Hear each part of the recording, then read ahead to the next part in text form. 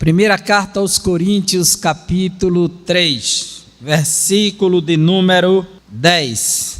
Segundo a graça de Deus que me foi dada, lancei o fundamento como sábio construtor, e outro edifica sobre ele. Porém, cada um veja como edifica.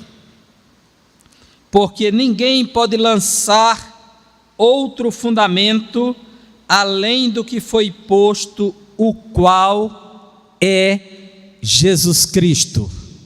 Amém? Por gentileza, deixe sua Bíblia aberta. Nós estaremos lendo esse texto mais uma vez e alguns textos paralelos na carta aos Coríntios. Irmãos queridos, a primeira carta aos Coríntios foi escrita no ano 56, quando o apóstolo Paulo estava realizando missões na igreja de Éfeso. E essa carta surgiu de uma necessidade. Paulo fundou a igreja de Corinto na sua segunda viagem missionária, e isso está registrado no livro de Atos dos Apóstolos, capítulo 18. Quando Paulo chegou em Corinto, ele chegou dominado de temores. Ele tinha temor e tremores, tremia por dentro e por fora. Eu tenho uma tradução em casa que diz: eu estava muito nervoso. E Paulo, no meio do impacto que ele enfrenta em Corinto, por quê? A cidade de Corinto era a capital romana da Acaia. Era a cidade mais importante porque tinha 2 portos, um no leste e outro no oeste. E se tornou uma cidade internacional, cosmopolita. Tinha uma indústria naval, o que lhe dava muito prestígio. Tinha o famoso istmo, tinha e tem até hoje o istmo de Corinto, onde passavam os barcos pequenos para o comércio. Essa cidade também ficou conhecida por conta da construção, não só a engenharia naval, mas também que eles inauguraram no estilo grego a coluna Acrocoríntio, que até hoje, quando você busca, faz uma pesquisa sobre as colunas romanas, vai estar no meio o modelo da coluna coríntia. A Acrocoríntia é um modelo até hoje. E essas colunas, para serem construídas em um prédio, dependia muito da habilidade do arquiteto, porque ela tinha um design diferenciado e exigia um cuidado com o fundamento para sustentar a coluna. E isso deu uma projeção também a Corinto. A cidade também era famosa pelo seu templo com mais de 1000 sacerdotisas prostitutas. A prostituição em Corinto não era pecado, era sagrado. Imagina que situação, o que era a moral dessa cidade. E ela tinha homens pensadores, e Paulo vai falar, havia homens poderosos, ricos na cidade, havia os escribas, porque havia escolas de produção de textos lá, havia os filósofos, que Paulo chama de sofós em grego. Com essas muitas características, Paulo chega lá, uma cidade que está atraindo gente do mundo todo, atraídos pelo culto da prostituição, porque era sagrado, atraídos pela indústria naval, tinha emprego para todo mundo. Roma estabeleceu seu quartel-general lá, e a cidade tinha mais escravos do que homens livres. Então havia um domínio expresso na escala social de pessoas com muito poder aquisitivo. E quando Paulo chega em Corinto, ele sente a pressão, porque ele passou no mercado e ele viu que havia estátuas dentro do mercado em todo lugar, toda a carne era consagrada aos ídolos. Paulo passou pelo teatro e observou os esportes que eles praticavam, a corrida, o boxe. E nós vamos ver isso, que Paulo vai trazer essas figuras de linguagem no capítulo 9, sobre o esporte, da construção no capítulo 3, vai falar do mercado no capítulo 8. Tudo isso vai entrar na carta de Paulo, que Paulo observava o cenário, a cultura, para aprender e depois trazer um ensino prático acerca da vontade de Deus e a verdadeira visão que devemos ter das coisas. E quando Paulo observa tudo isso, ele escreve uma carta para a igreja de Corinto. Depois ele deixou lá um dos homens mais eloquentes do Novo Testamento, que foi Apolo, um judeu vindo de Alexandria, habilidoso no Antigo Testamento, fervoroso de espírito, um pregador intrépido e muito eficaz. E Paulo coloca Apolo para tomar conta da igreja que ele inaugurou. Essa igreja cresce, surgem problemas. Paulo escreve uma carta que nós não temos, ela se perdeu. Está registrada no capítulo 5, os irmãos podem ler comigo, capítulo 5 da carta aos Coríntios, versículo 9. Diz assim: na outra carta já escrevi a vocês que não se associassem com os impuros. Quer dizer, tem uma carta antes dessa. Nós não sabemos que carta foi essa, mas havia uma instrução de Paulo que a vida cristã era diferente da vida mundana. E agora surgiu uma necessidade. Paulo, ele está em Éfeso e ele recebe uma visita da família de Cloé. Uma tradução diz Cloé acentuada e a outra diz Cloe. E a notícia que eles trazem para Paulo é que a igreja está vivendo um divisionismo, ela está dividida. Ela formou-se 4 grupos dentro da igreja. Irmãos, de todas as igrejas citadas no Novo Testamento, nenhuma é mais pentecostal do que Corinto. Nós não temos uma igreja que se fale dos dons mais do que a igreja de Corinto. Era a igreja mais pentecostal do Novo Testamento, depois de Atos, da Europa. No entanto, a igreja estava dividida, e Paulo recebe a notícia, e ele fica preocupado, e quando ele escreve essa carta que chegou até nós, a primeira carta aos Coríntios, que seria a segunda carta.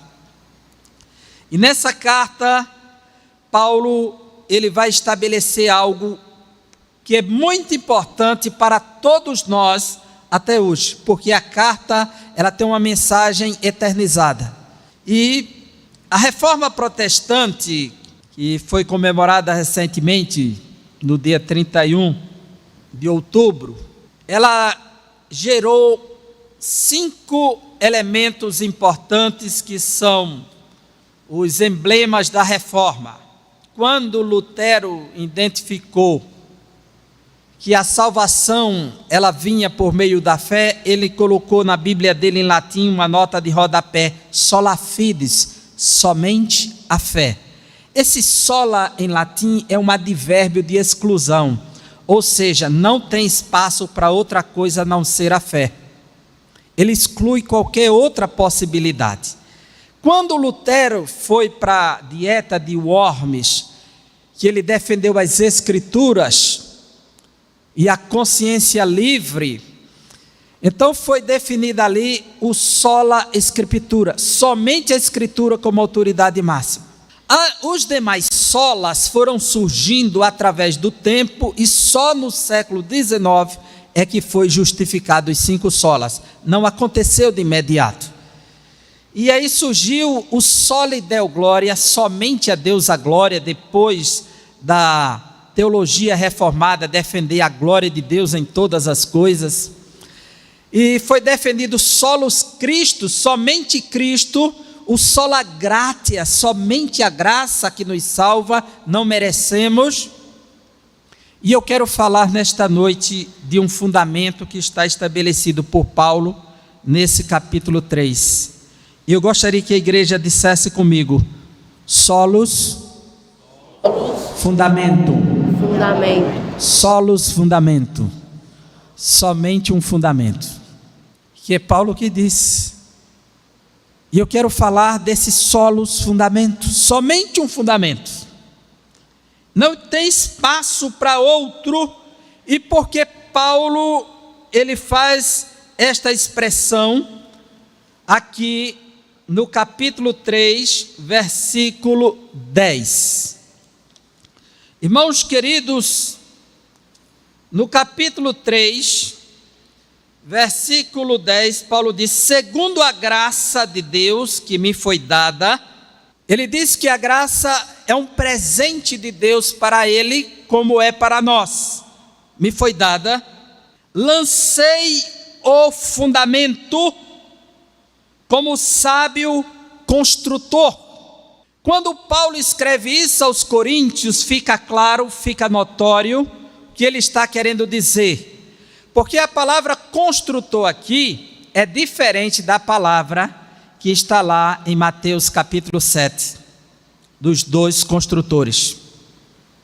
A palavra aqui é arquitecton, em grego, arquiteto. O arquiteto, ele não constrói, mas ele é o responsável pela construção e é o responsável pela escolha do material.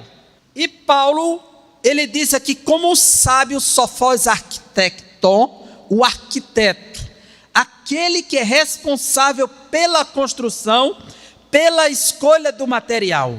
Porque a forma como ia embasar o local da coluna era determinado pelo arquiteto. O material a ser utilizado era escolhido pelo arquiteto. Ele era responsável por isso. E ele era responsável por acompanhar a obra, mas aquela construção não é do arquiteto. O prédio que ele constrói não é dele. Que ele projeta não é dele, é de outro. O arquiteto é sempre contratado para fazer o serviço.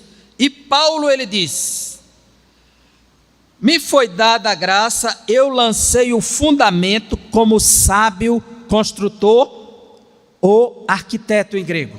Aquele que é responsável por separar o material, ele usou de sabedoria, porque o construtor insensato, ele escolhe um material e um lugar péssimo para construir, como fez o construtor da casa na areia, junto ao rio. O sábio, ele procurou a pedra. E Paulo diz assim: eu lancei o fundamento como sábio construtor, e outro edifica sobre ele.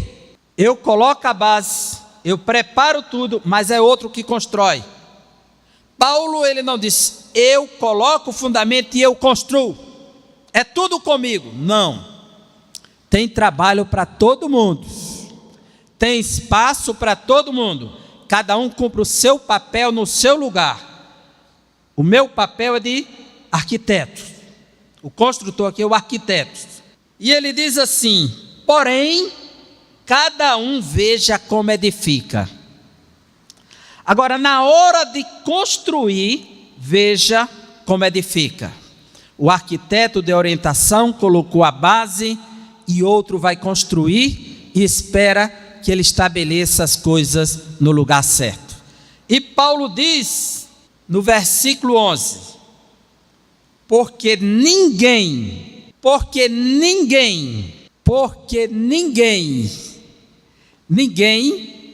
significa ausência de pessoa. Esse pronome indefinido, ele indica ausência de pessoa. E aqui nós encontramos na expressão de Paulo para solos fundamento a exclusão de qualquer pessoa que venha trazer outro fundamento. E Paulo mostra que não tem espaço nesse processo de construção, de estabelecer o fundamento, para ninguém colocar outra coisa além do que já foi posto. E quando nós vamos para o capítulo 1, podemos ir lá, irmãos, capítulo 1, versículos 11 e 12. Pois, meus irmãos, fui informado a respeito de vocês por alguns membros da casa de Cloe, de que há brigas entre vocês. E refiro-me ao fato de cada um de vocês dizer: eu sou de Paulo, eu sou de Apolo, eu sou de Cefas, eu sou de Cristo. Mas na construção do reino de Deus, ninguém pode colocar outro fundamento. Então não tem espaço para alguém querer se firmar em cima de Apolo, de Paulo, de Cefas, e da maneira que estão propondo de Cristo, dividindo o corpo, também é inaceitável. Então Paulo mostra aqui uma exclusão de pessoas que não tem espaço para que se escolham pessoas para que digam: olha, para mim só quem toma conta de mim é A, é B, é C ou D. Com fulano eu não trabalho. Um grupo estava dizendo: a nossa liderança aqui em Corinto é Paulo e acabou. É ele a nossa base. Só trabalhamos se for com Paulo. O outro grupo foi para o outro lado e disse: não, quem tomou conta de nós aqui, quem ficou aguando a plantinha foi Apolo. Nós somos de Apolo e só queremos Apolo conosco. Se não for Apolo, a gente não fica. O outro grupo olhou e disse: não, nem Paulo nem Apolo, o apóstolo que fundou a igreja em Jerusalém, que fez a primeira pregação no dia de Pentecostes, que fez o primeiro milagre em Jerusalém em Atos 3, o que foi preso pela primeira vez em Atos 4, o que aplicou a primeira disciplina em Atos 5, o que instituiu os diáconos em Atos 6, foi Pedro. Quem pregou para os gentios no capítulo 10 a primeira vez foi Pedro. Então o nosso apóstolo é Pedro, é Cefas. Nem Paulo, nem Apolo, nem Cefas. E aí um outro grupo disse: não, nós só servimos a Cristo, não servimos a homens da terra, não tem pastor aqui para a gente não. Nós vamos seguir a Jesus do nosso jeito. Mas Jesus olhou a multidão e observou que ela estava sendo conduzida como ovelha sem pastor, e moveu-se de íntima compaixão, disse: rogai ao Senhor da seara que envie ceifeiros. Esse povo não pode ficar abandonado, eles precisam de uma mentoria, de uma liderança espiritual. E Paulo, ele mostra que o divisionismo é uma característica de carnais e não de espirituais. O capítulo 3, veja o que Paulo vai nos dizer, irmãos, capítulo 3, versículos 1 em diante. Eu, porém, irmãos, não pude falar a vocês como a pessoas espirituais, e sim como a pessoas carnais, como a crianças em Cristo. Eu lhes dei leite para beber, não pude alimentá-los com comida sólida, porque vocês ainda não podiam suportar, nem ainda agora podem, porque vocês ainda são carnais. Porque se há ciúmes e brigas entre vocês, será que isso não mostra que são carnais e andam segundo os padrões humanos? Irmãos, crente dividido dentro da igreja, brigados, divisionismo, ciúmes, contendas, é coisa de carnal ou de espiritual? Carnal ou espiritual? Sois carnais, ainda não cresceram. Eu quero dar alimento sólido a vocês, mas vocês não podem, tem que tomar papinha, tem que ser tratado como criancinha, porque ainda não desenvolveu espiritualmente. Meninos na fé, tanto tempo dentro da igreja, ciumento, briguento, divisor, contendeiro, porque é carnal, se fundamentando em homens, não entendeu a mensagem do Evangelho. E Paulo diz assim, versículo 4 do capítulo 3, quando alguém diz, eu sou de Paulo, e outro diz, eu sou de Apolo, não é evidente que vocês andam segundo os padrões humanos? E outra tradução diz carnais. Aí Paulo pergunta, quem é Apolo? Alguém poderia dizer, um grande pregador. Quem é Apolo? Um grande intérprete do Antigo Testamento. Quem é Apolo? Um judeu grego de Alexandria, ousado, um apologista, mas serve para ser o fundamento, dá sustentação à fé. Aí Paulo pergunta, quem é Apolo? Quem é Paulo? E alguém podia gritar, um grande apóstolo dos gentios, o grande mestre, o doutor. Aí Paulo diz, quem é Apolo, quem é Paulo? São servos por meio de quem vocês creram, e isso conforme o Senhor concedeu a cada um. Seja Apolo, seja Paulo, não passam de servos, instrumentos que Deus utilizou como meio para levar a mensagem até vocês, mas ele não pode ser o seu fundamento. Se o meu e o seu fundamento não for Cristo, estamos caminhando em vão. E Paulo diz, versículo 6, eu plantei, Apolo regou, mas o crescimento veio de quem faz a obra crescer é Deus. Quem faz o reino crescer é Deus. Seja Paulo, seja Apolo, são servos, são instrumentos, mas quem faz o milagre é Deus.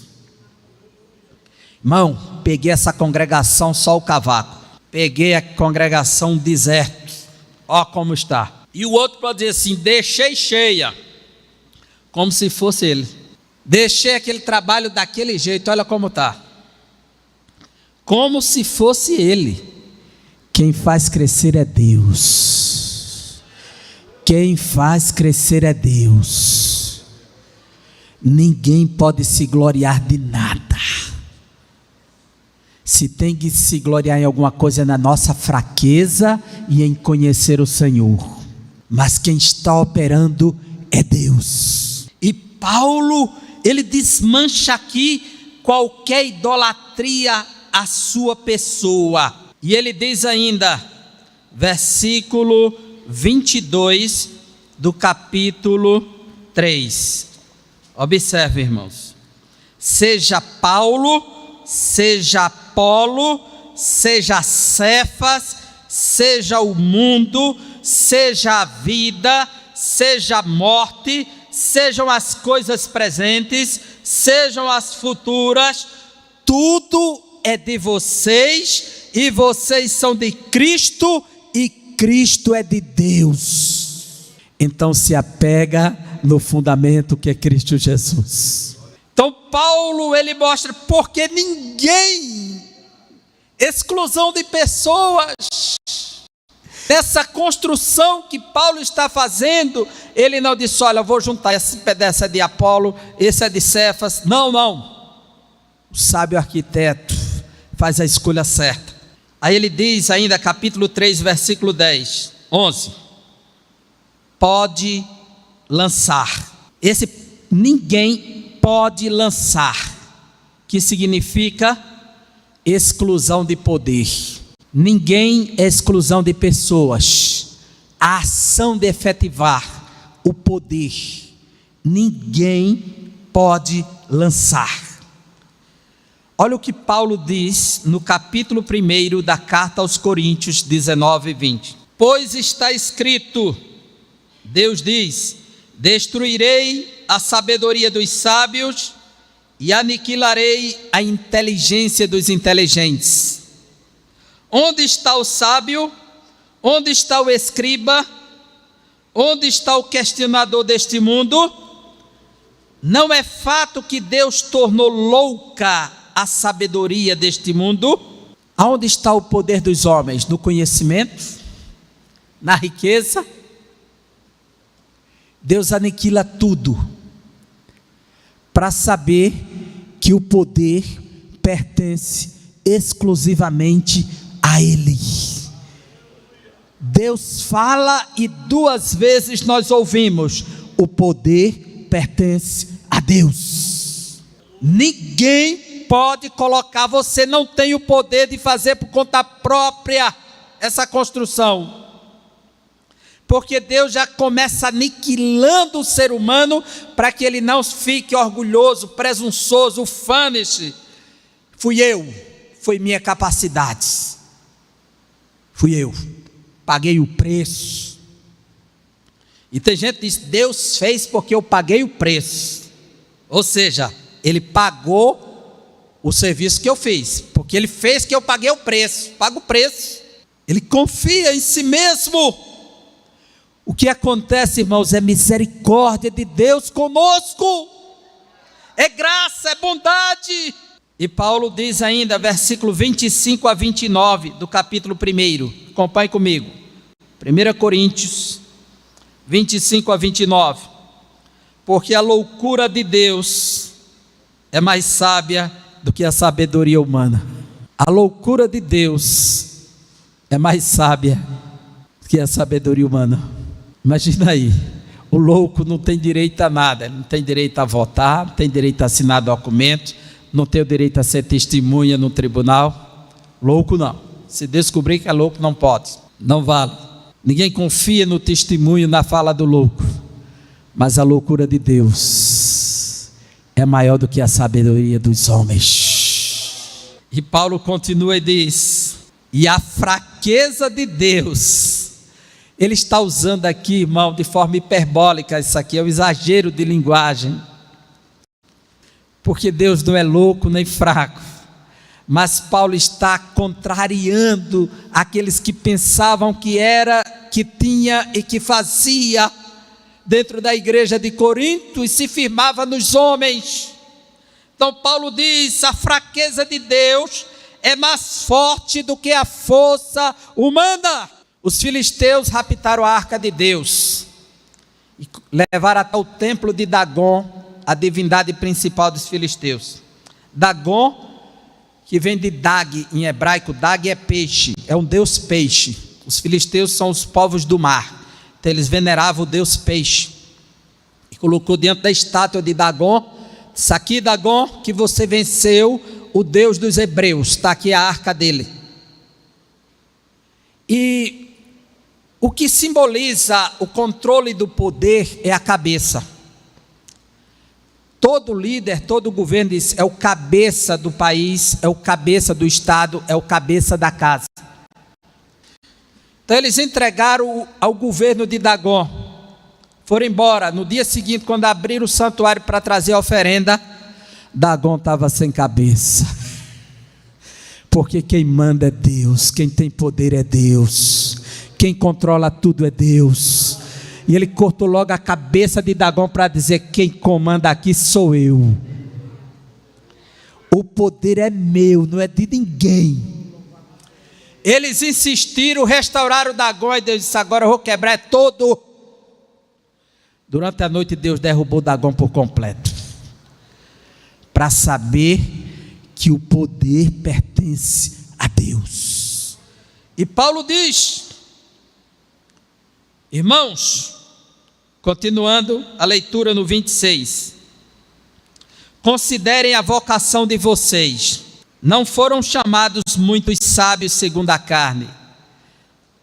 Tinha muitos sábios em Corinto, a escola de filosofia, e Paulo disse: não foram chamados muitos sábios segundo a carne, que aí foi persuadido pela sabedoria. Paulo diz no capítulo 2, quando eu fui ter convosco, eu não fui buscando a excelência da sabedoria humana, eu fui através do poder do Espírito Santo, para que se firmasse no poder de Deus e não no conhecimento humano.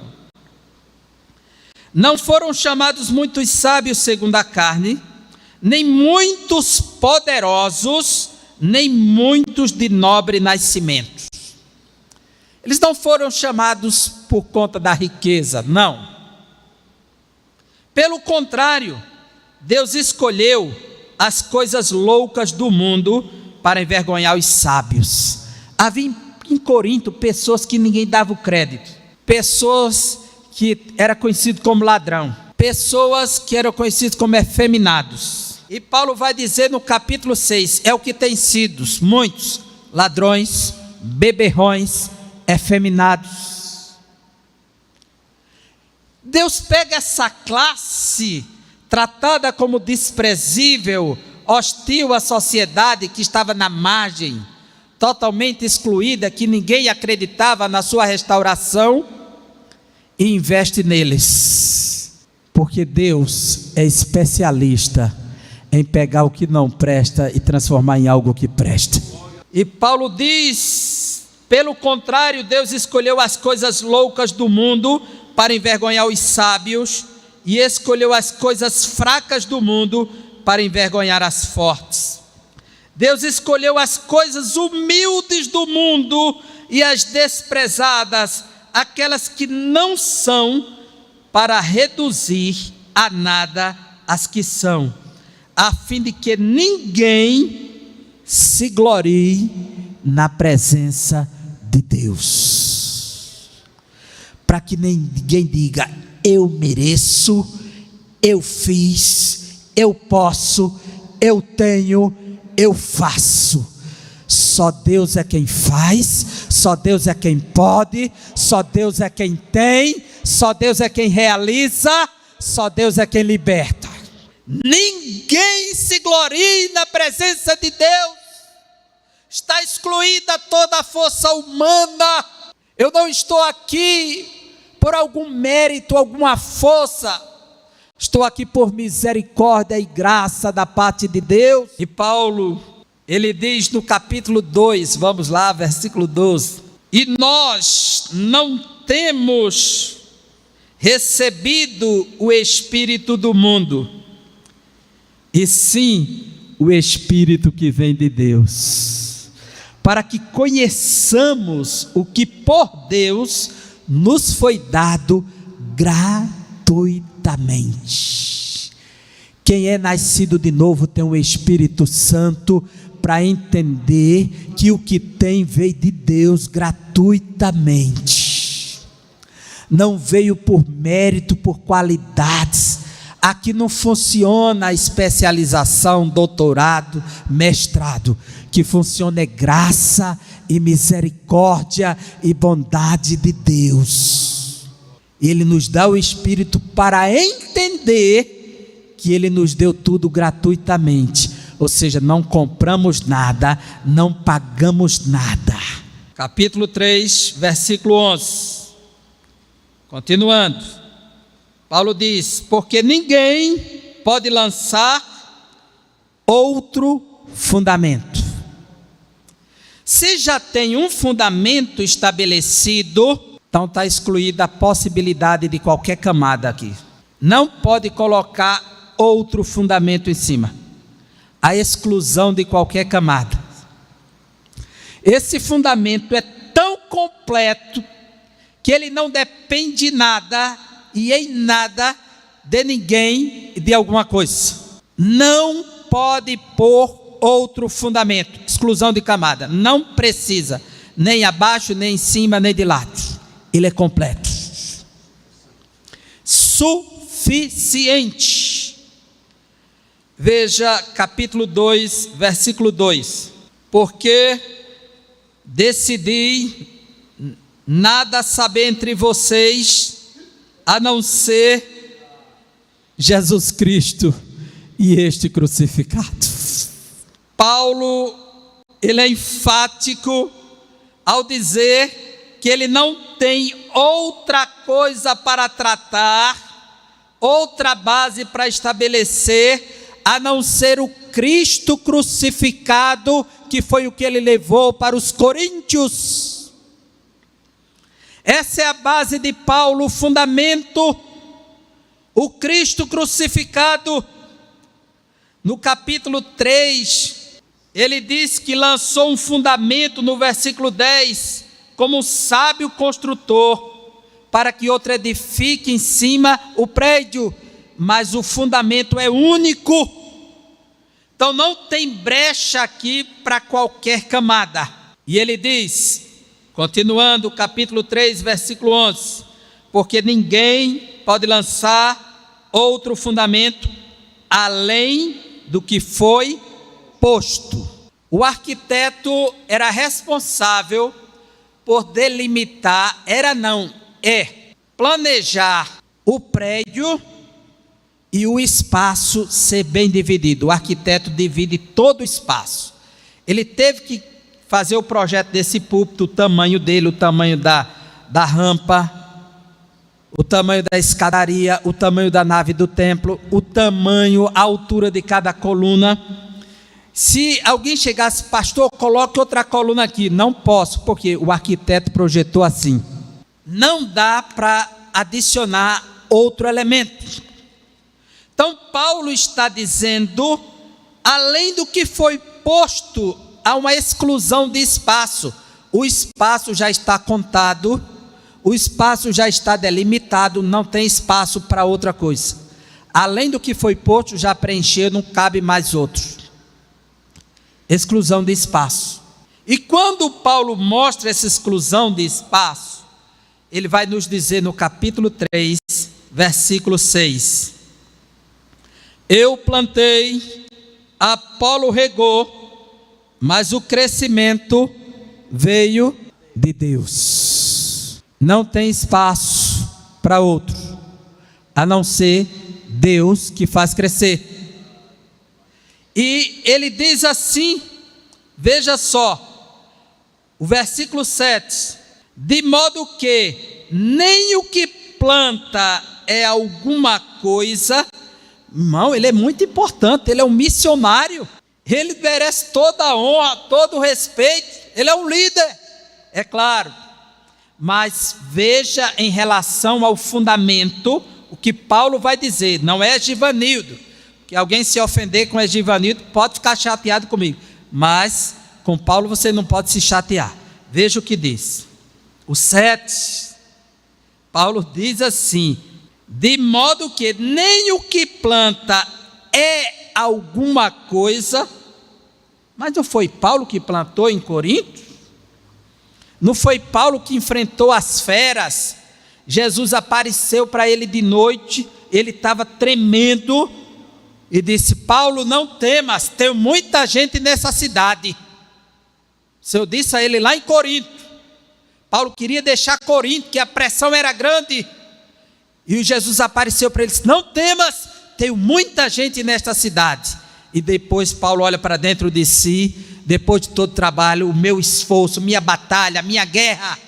Olha o que Paulo diz, de modo que nem o que planta é alguma coisa. Meu Deus, o que Paulo está dizendo?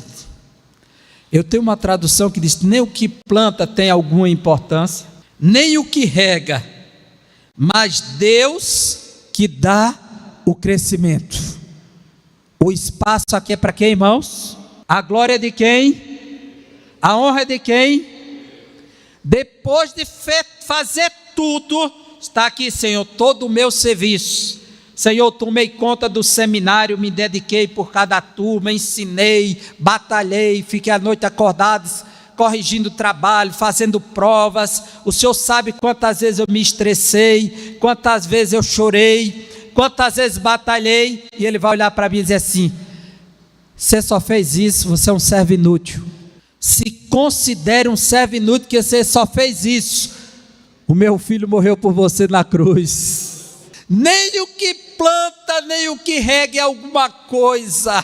Irmãos, se nós atentarmos, como Paulo diz, que Ele nos dá o Espírito para compreender, se nós compreendermos isso aqui, nunca mais vamos brigar por cargos, por lugares, dividir o povo por coisas, por picuinhas, coisas desnecessárias, e vamos atentar para o fundamento de quem é esse trabalho, de quem é a glória disso que fazemos, a quem pertence a honra verdadeira. senão a Cristo, ao Pai, ao Filho, ao Espírito Santo. Quem somos nós nesse processo?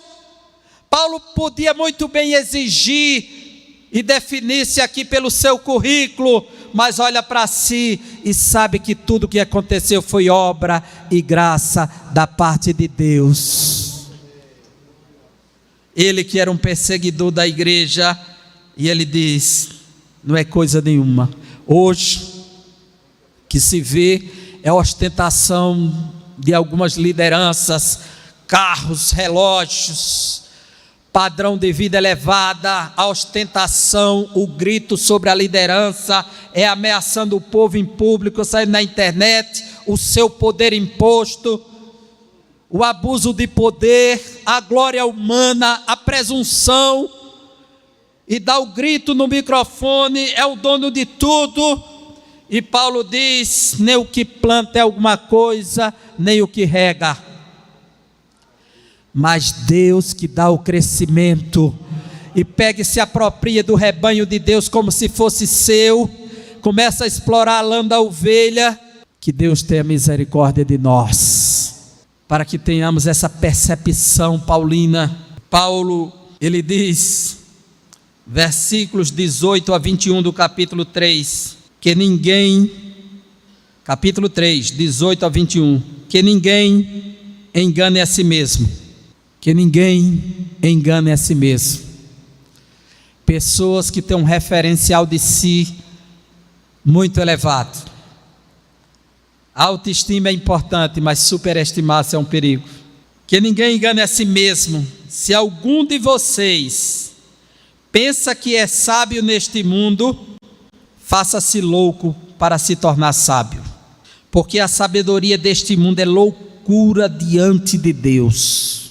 Pois está escrito: ele apanha os sábios na própria astúcia deles. E também o Senhor conhece os pensamentos dos sábios e sabe que são pensamentos vãos. Então, depositar a confiança nos mentores mundanos, na eloquência humana, na capacidade humana, por conta da sua perspicácia e a sua aparência de sabedoria, e desprezar a palavra de Deus, botando confiança no homem, é um perigo. Está enganando a si mesmo. Deus esconde mel e leite na rocha. E Paulo, ele dá a definição, ainda o versículo 21 do capítulo 3: portanto, ninguém se glorie nos homens, porque tudo é de vocês. Se somos de Deus, se pertencemos a Ele, o mundo é nosso, nós reinaremos com Ele. Paulo vai dizer no capítulo 6. Nós teremos a capacidade de julgar os anjos, o mundo, quanto mais as coisas menores, tudo é nosso, por que se apegar? Então Paulo diz, versículo 11: porque ninguém pode lançar outro fundamento além do que foi posto. A igreja pode dizer comigo: o qual é Jesus Cristo. De novo, o qual é Jesus Cristo. O nosso fundamento tem que ser Jesus Cristo. E por que, Paulo? Capítulo 1, versículos 2 e 3. Paulo diz assim: a igreja de Deus que está em Corinto, aos santificados em Cristo Jesus. Jesus é o que santifica o seu povo. Chamados para ser santos, com todos os que em todos os lugares invocam o nome de nosso Senhor. Jesus é o Senhor. E ele continua e diz: Jesus Cristo, Senhor deles e nosso. Ele é o Senhor, Ele é o Cristo, Ele é o Messias. Capítulo 1, versículo 6. Assim como o testemunho de Cristo tem sido confirmado entre vocês. Ele é o Cristo, é o Messias, Ele é o ungido de Deus. que se manifestou para desfazer as obras do diabo. No capítulo 1, versículo 9, ele é o Filho de Deus. Fiel é Deus, pelo qual vocês foram chamados à comunhão de seu Filho, Jesus Cristo, nosso Senhor. Esse fundamento não pode ser negociado. Quem é o Filho? É o poder de Deus. Capítulo 1, versículo 24 da carta. Mas, para os que foram chamados, tanto judeus como gregos, Cristo é o poder de Deus e a sabedoria de Deus. Então, nele está toda a fonte da sabedoria, como Paulo diz em Colossenses 2 e 3. Nele está toda a fonte da sabedoria. Quem é o Filho? Ele é a justiça, é a santificação e é a nossa redenção. Capítulo 1, versículo 30. Se eu for falar quem é um filho na carta aos Coríntios, a gente vai até meia-noite. Versículo 30. Mas vocês são dele em Cristo Jesus, o qual se tornou para nós, da parte de Deus, sabedoria, justiça, santificação e redenção. Tudo isso nós temos no Filho de Deus. Irmãos, volte para o capítulo 3, tem muita coisa sobre o Filho para falar na carta, mas para finalizar, a nossa conclusão é que Paulo escreve para essa igreja que está dividida, buscando fundamento nos homens e interpretando Cristo de forma errônea, como se ele tivesse morrido apenas por um grupo, por uma parte. Esse partidarismo, ainda que se apegue a Cristo da forma que se apegaram, estavam errados e Paulo reprovou. Então Paulo disse: quem for construir, o caminho é esse. Eu, como sábio construtor, não lancei outro fundamento a não ser este, Cristo Jesus. Versículo 12: e se o que alguém edifica sobre o fundamento já está posto, é Cristo Jesus. Se alguém no cristianismo quer construir, tem que ser aqui em cima de Cristo Jesus. Não posso construir em cima de homens, de histórias, por mais belas que sejam, de tradições, de costumes. O fundamento é Cristo, o único que não pode ser abalado. Então Paulo diz: e se o que alguém edifica sobre o fundamento é ouro, é prata, pedras preciosas, madeira, feno ou palha, quando você for construir, decida qual material vai usar. Porque o que você construiu, se foi com ouro, com prata, pedras preciosas, madeira, feno, que é palha, você quem escolheu o material na hora de construir, o que significa? Quando a pessoa não tem o cuidado de dar o melhor, porque o dono dessa obra é Cristo Jesus, é Deus.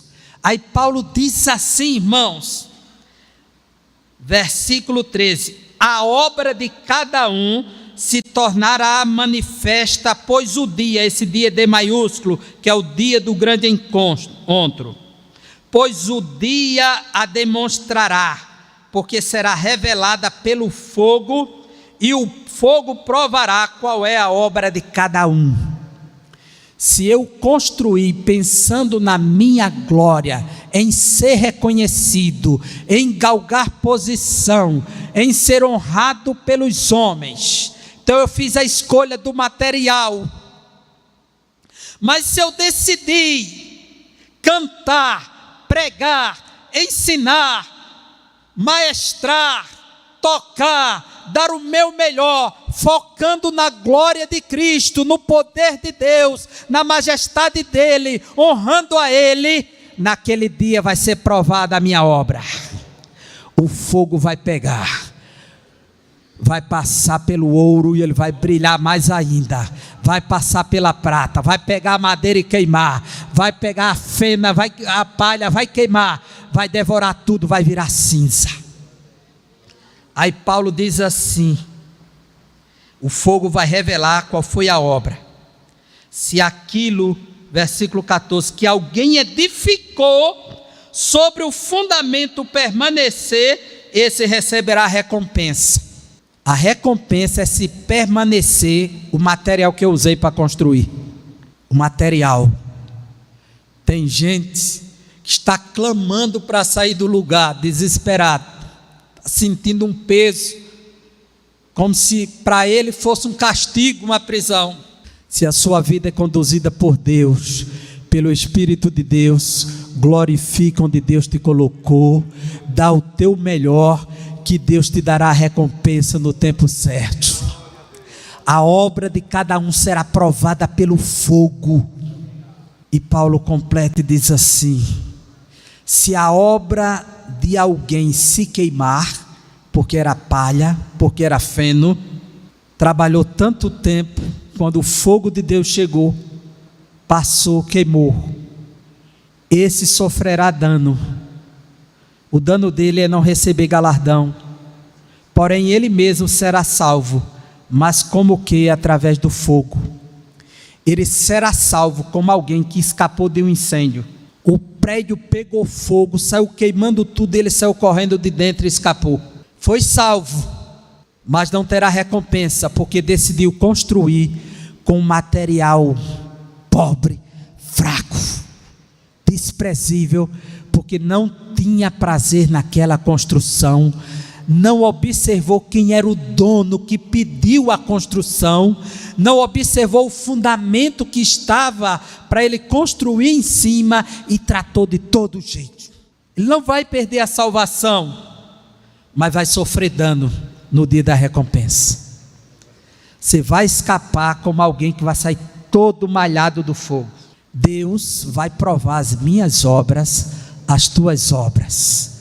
Aonde quer que seja dentro do reino de Deus, no grande dia o fogo vai medir se fizemos para Ele ou não.